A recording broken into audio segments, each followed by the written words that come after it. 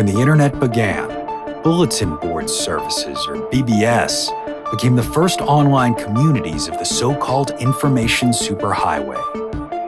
Using their phone lines, people logged in from all over America to talk about sports, games, movies, and on one BBS in particular, share their ghost stories. Over time, those communities all went dark, except for one lone server that continues to operate somewhere in an unknown part of Pennsylvania's Rust Belt. A relic of the 1990s, veiled in mystery, it is a digital archive of humanity's strangest encounters with the unknown, as told by the people who experienced them. My name is Brandon Schexnayder, and you are listening to Fear Daily.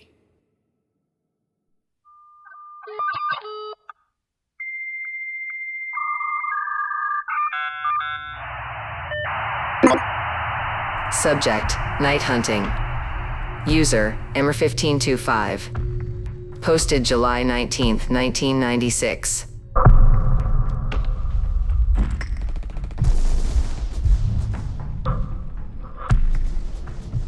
My old man served in Vietnam, and when he came back, a lot about him had changed. The thing I noticed most was that he didn't have any fear. It was a good thing and a bad thing. Good because he didn't take shit from anybody. Bad because he would sometimes get us into sticky situations. The only bright side to all of this was that almost any situation Dad got us into, he could get us out of. The one time that wasn't true was on the final hunting trip we took with my little brother Gary, and in Dad's defense, I don't know there was anything anyone could have done.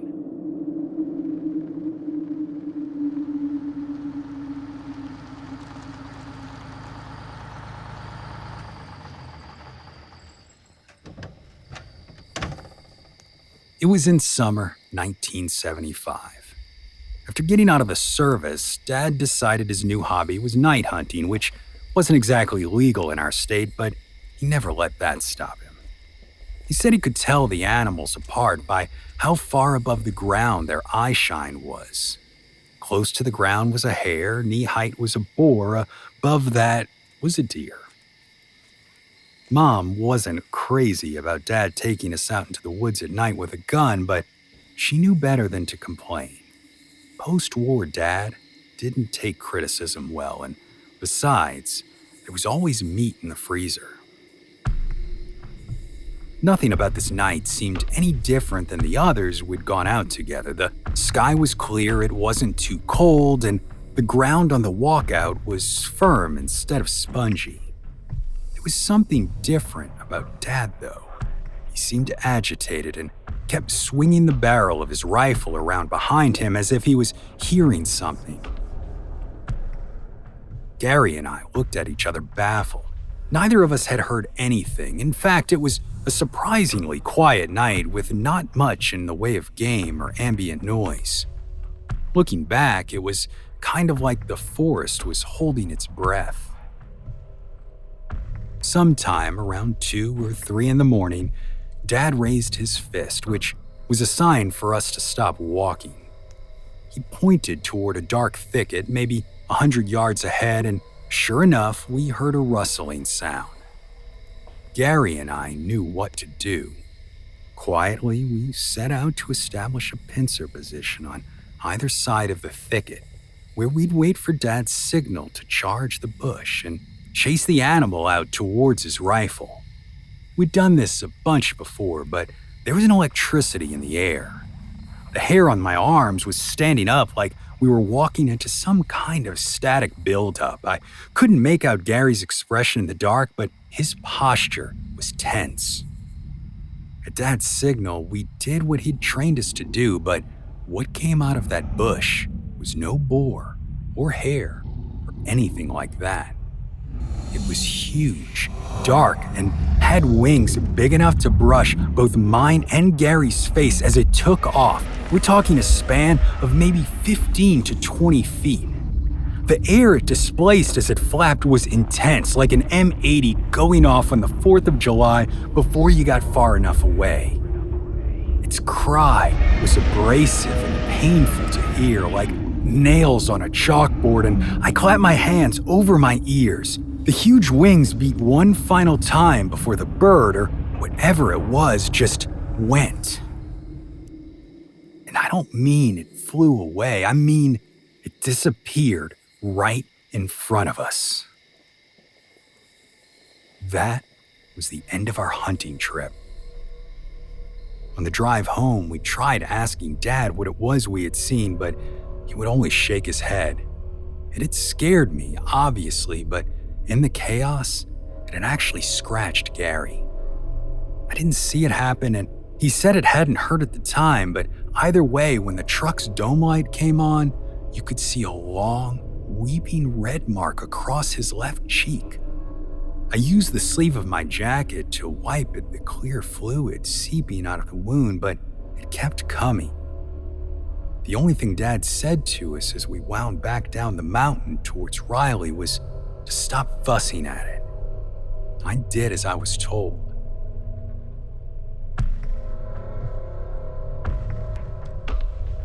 Mom was still asleep when we got home, so trying to account for Gary's face was a tomorrow problem. Of course, I had no way of knowing the morning would have problems of its own. Back then, we shared a room. My bed was underneath the window, Gary's was against the far wall. On bright nights like that one, the moonlight would fall across him as he slept, and I always found that comforting. I was too young to understand why. All I knew was that looking at my little brother's chest rising and falling made me feel like everything was okay. After that, I would always let out a big breath, close my eyes, and slip away into sleep. That was the last night I was ever able to do that. I don't remember the dream that woke me up, but I do remember the sickly ache it produced in my stomach. Opening my eyes didn't make it any better because I quickly realized I couldn't move a muscle. It was like I was paralyzed. Worse than that, there was a man in our room standing over Gary. The first rays of morning were beginning to stream through the window, giving everything a golden glow completely at odds with what I was seeing. The man had no features, he was all black, and where his face should have been, there was what looked like a pile of rags. That's the best way I can describe it, at least. Despite not having a mouth, he had a voice. I could hear it. It sounded male, and it was telling Gary to come out to the forest.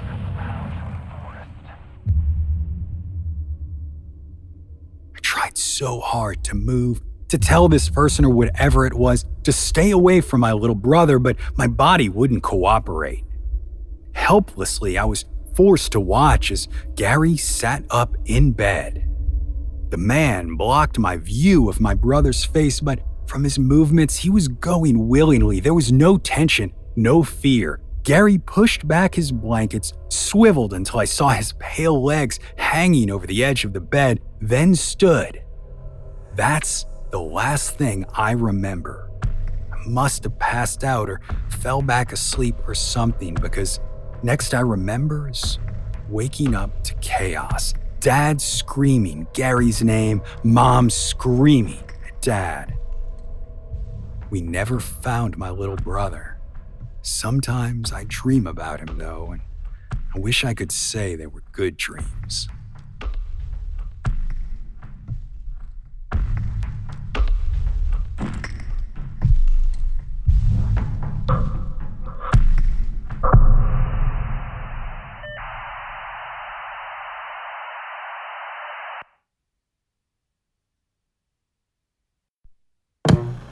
Subject: the day it didn't rain.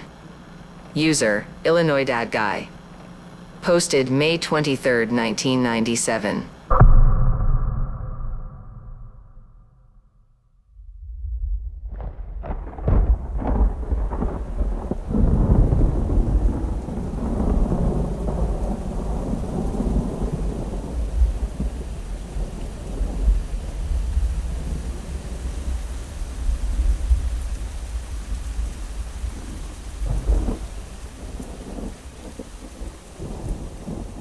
last Thursday, Springfield got hit with the biggest thunderstorm I've ever seen. It had to have started sometime around lunch because when the first big peal of thunder brought my head up from payroll, there was no one else in the office. Our company occupies the third floor of the Hampton building, and my desk is along the floor-to-ceiling windows with an expansive view of an industrial park, and past that, all the cornfields a guy could want. When I looked up on Thursday, ugly black thunderheads were moving towards us from the north. There hadn't been anything about a storm in the forecast, I thought, but then that's the weatherman for you. Our youngest son, Thad, had been dealing with an ear infection all night, and consequently, there hadn't been time for either me or Shelley to make my lunch before I left for work. If I was going to get something to eat and beat the rain, I'd have to run out to either the Arby's or Noggles nearby and do it fast. Quickly, I pushed back from my desk and pulled on my jacket. The elevators were out again, so I double-timed it down the stairs, not seeing a single other person the entire way.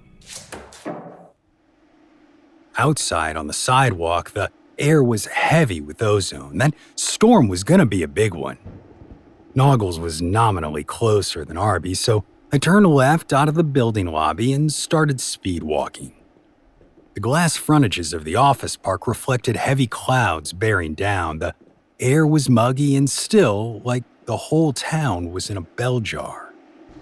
The click of the traffic light was dull and muted, but as I crossed the street a block away from Noggles, that was all I heard. No traffic, no pedestrians, nothing. As if the world had decided to go home for the day.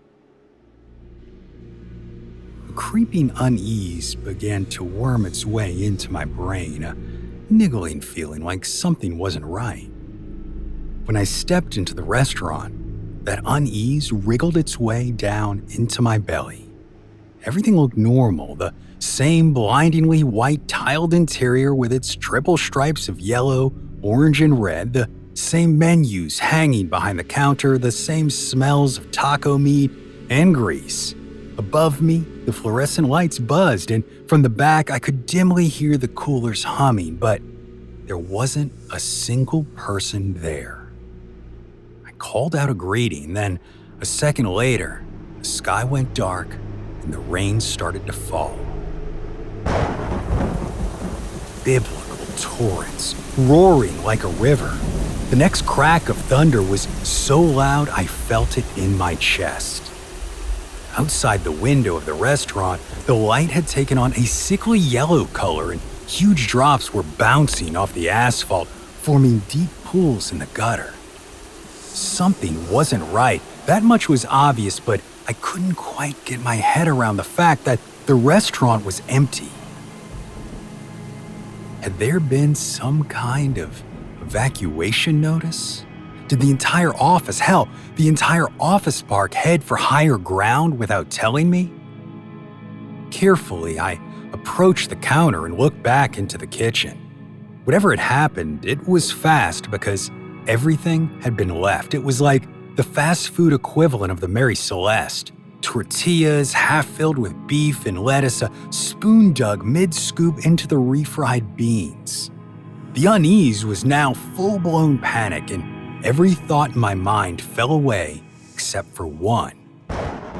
Shelley and the kids. There had to be a phone here, I thought. I had to warn them or at least find out what was going on. I walked down the hallway toward the bathrooms until I saw a door marked office, and it pushed open noiselessly, and I picked up the cheap plastic receiver that sat on the edge of a desk cluttered with paperwork. The rain was battering down on the roof so hard, I was sure it was going to come through the ceiling. Putting the phone to my ear, I was about to punch in our home number when I realized there was no dial tone. The phone lines must be down, I thought. I was so concerned about getting in touch with Shelley. The strangeness of all this, the suddenness, the emptiness, didn't even register. That something was wrong was obvious, but I thought it was in the storm of the century kind of way, not whatever it was that was happening. Back in the dining room, the yellowness of the air had deepened to the point where it looked like the rain was beating its way through mucus and pooling inches deep in the road. My car was 3 blocks away. There was nothing to do now but get there. Pulling open the restaurant's door, I immediately felt an intense wave of humid air wash over me, my clothes instantly wet. The rain was actually painful, 1,000 tiny needles pelting me as I stepped into the flooded street. The clouds were a cancerous mixture of black and yellow, spider-webbed with near-constant flashes of lightning. I'd never seen anything like it. The scale of the storm was such it made everything around me seem insubstantial, the office park reduced to the set of a cheap disaster movie. In the corridors between buildings, wind blew the rain into great solid walls like giants on the march. My shoes were waterlogged, squelching with every step. Even worse was my jacket, a soaked-through albatross I discarded halfway down the block from Noggles. At this point, I couldn't possibly get more wet, and without it, I was at least 10 pounds lighter. Back at the car, I slumped into the driver's seat, soaking it with my ruined clothes. Somehow, the rain had gotten even heavier, and turning the wipers on to their maximum setting barely made any difference at all. Carefully, I nosed my Corsica out of the lot, squinting to see anything at all through the deluge. The clouds were knit together in a single squamous mass, scales separated by strobing flashes of multicolored lightning. Out on the state road, the wind was worse and my car bucked constantly, tires fighting for traction as it was pushed relentlessly to one side. I gripped the wheel as tight as I could, trying to stay between where I imagined the yellow lines to be.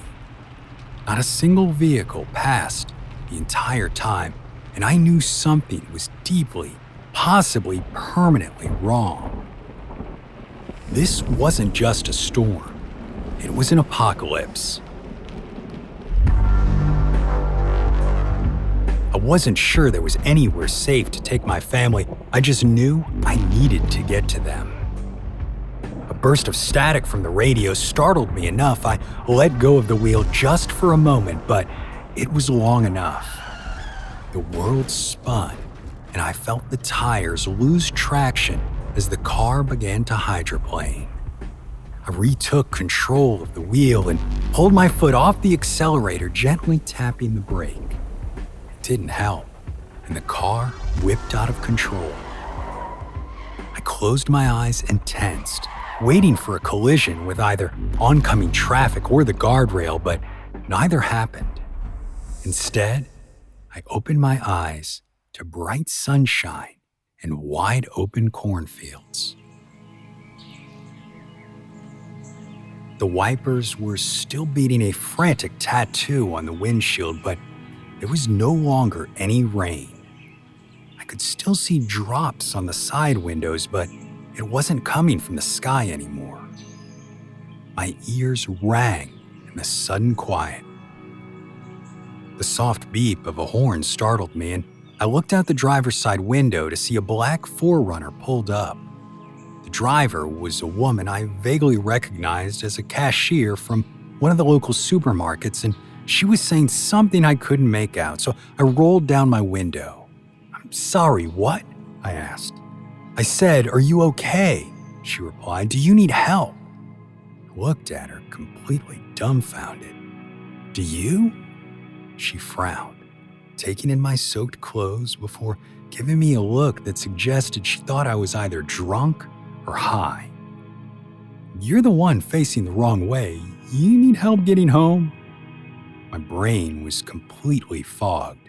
How was she acting so normally? Wasn't this the end of the world?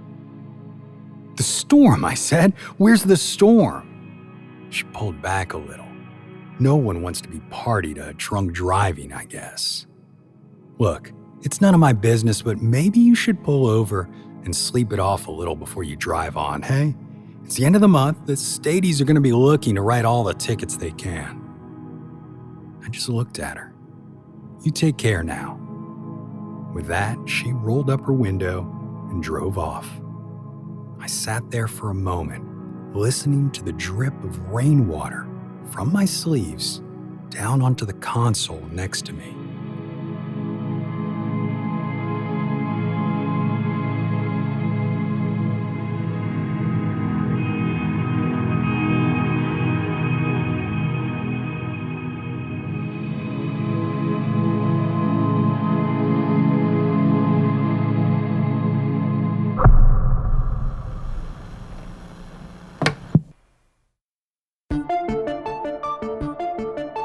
Fear Daily is an independent podcast hosted by Brandon Schexnayder and written by Brennan Storr, with Joanna Smith serving as the consulting editor, audio production by Rachel Boyd, and sound design by Southern Gothic Media.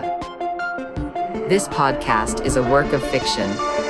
Names, characters, places, and incidents are either products of the author's imagination or are used fictitiously.